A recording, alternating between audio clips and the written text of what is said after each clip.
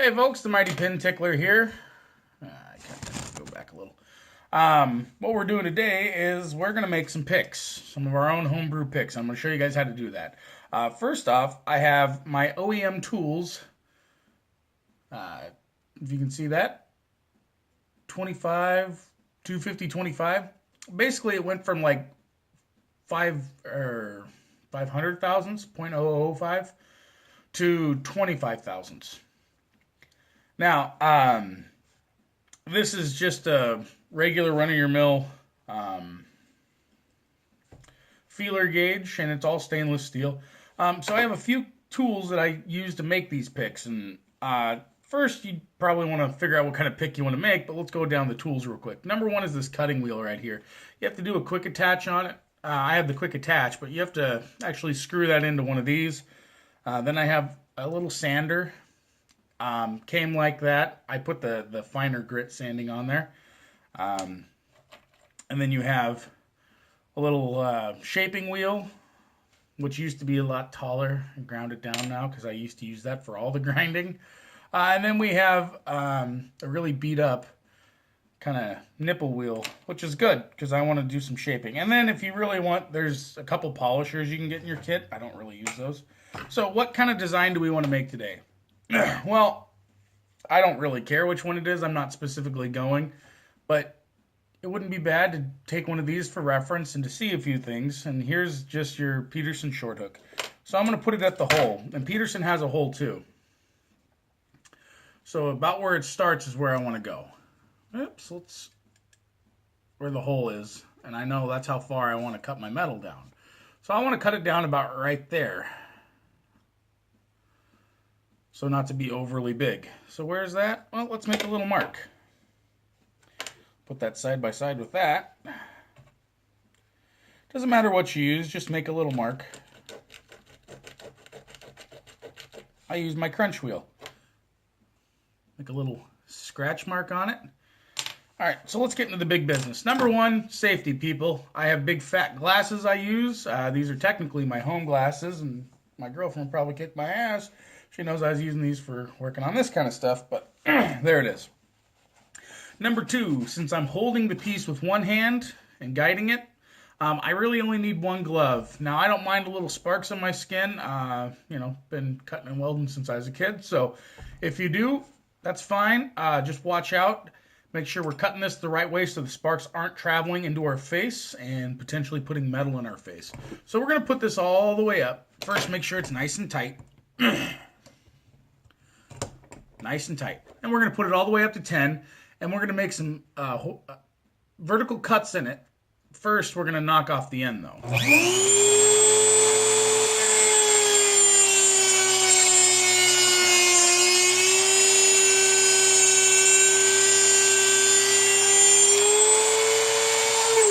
Probably not great to send all the sparks your way, but you saw what happened. I just gave it a cut. Now what I'm going to do is I'm going to take... Here's the bottom of where the pick is. I'm going to put that on the outside, right? And what I'm going to do is I'm going to cut down it and then flip it over and cut it off. Like this.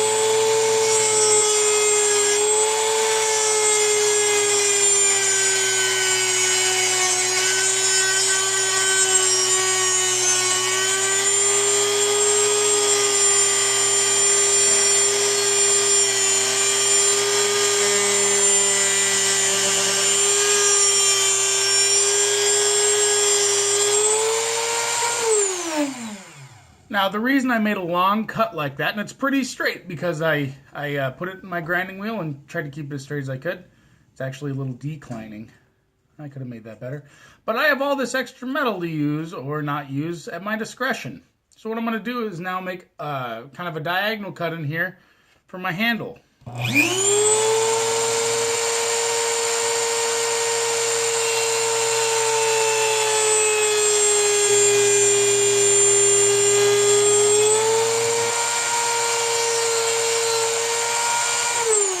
There we go. Oops, just like that. Now what I'm going to do is I'm going to make some more horizontal cuts.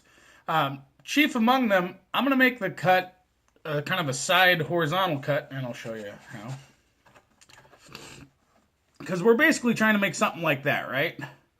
So obviously I'm going to need a little bit of a side cut going on there, and I want to keep a good shelf. Now you can always take more off, now, and you want to use the big, cut bigger pieces at first, and then we can rough it down with our little guys, like this guy.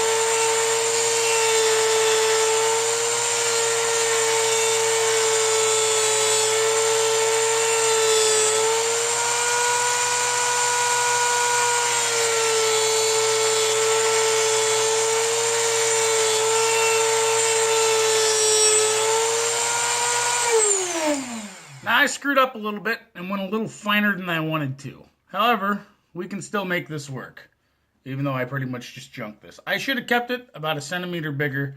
I was just trying to go quick and save the video here. So we're going to take off that one and put on our first grinding wheel, or shaping wheel, because technically that was a grinding wheel. Let's smooth all this out.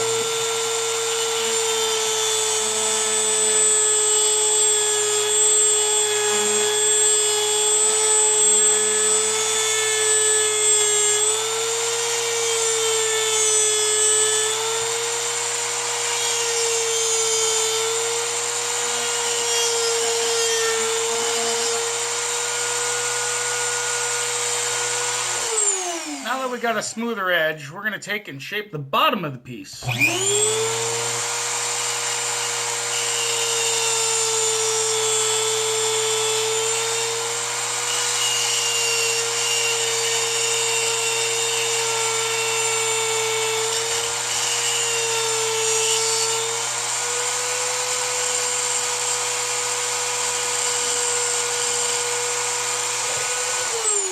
To where we get something looking kind of like that. Now, like I said, I already screwed it up, so I'm just going to go quick through the rest of the video and try to focus this up. What we want is a slight incline, and we have a lot of excess on the end. So there's two ways we can do that. We can either grind it this way or grind it that way down. Now, depending on what we want. Now, we want a shorter, I don't want that to be that long quite yet. So I'm going to trim it this way, and then I'm going to trim it down to give me my flat top.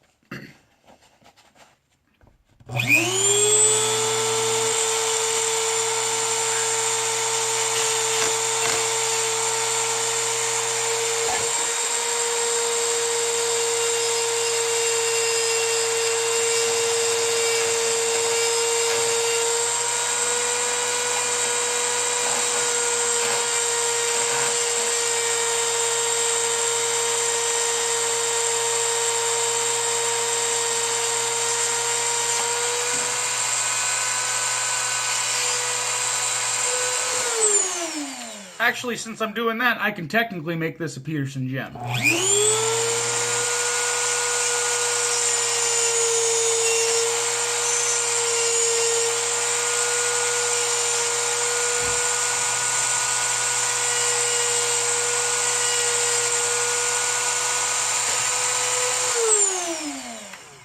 We'll put back our short hook, and we'll make this a short gem.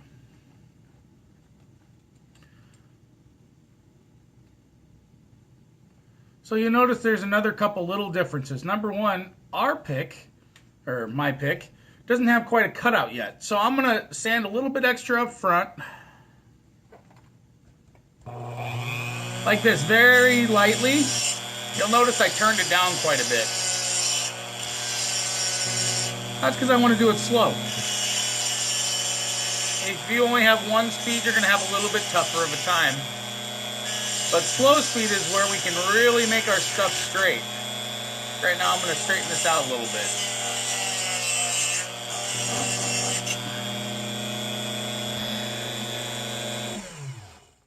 All right. Oops, that's the wrong pick. Where'd my gem go? Oh, it's right there.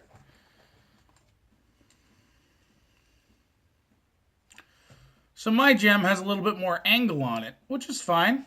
I actually think I salvaged this pretty good for what I cut too much out of it. And that's my biggest personal problem, is cutting too much.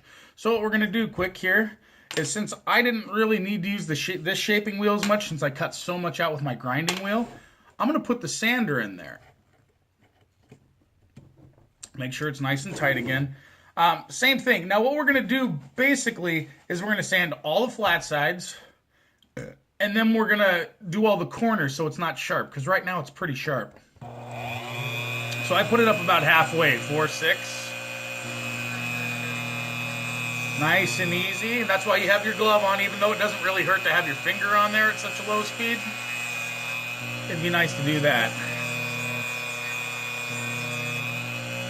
There's the first side, the bottom side, top side, another side. Now that we've struck all the harmful metal off the sides that could have happened when we were cutting in, what we're going to do is take all these little corners, 1, 2, 3, and 4, and then we're going to do the tip.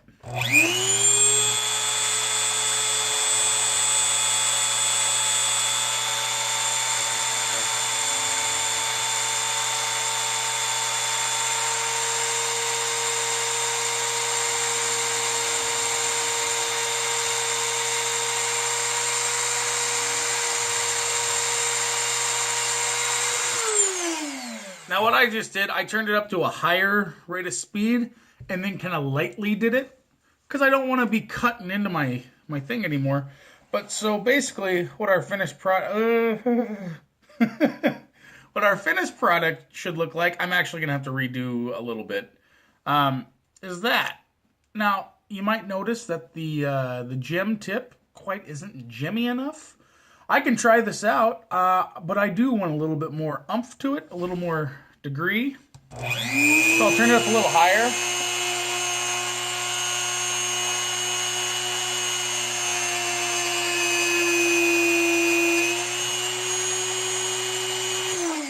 And with a little minor modification, I can make it a pretty sharp corner again.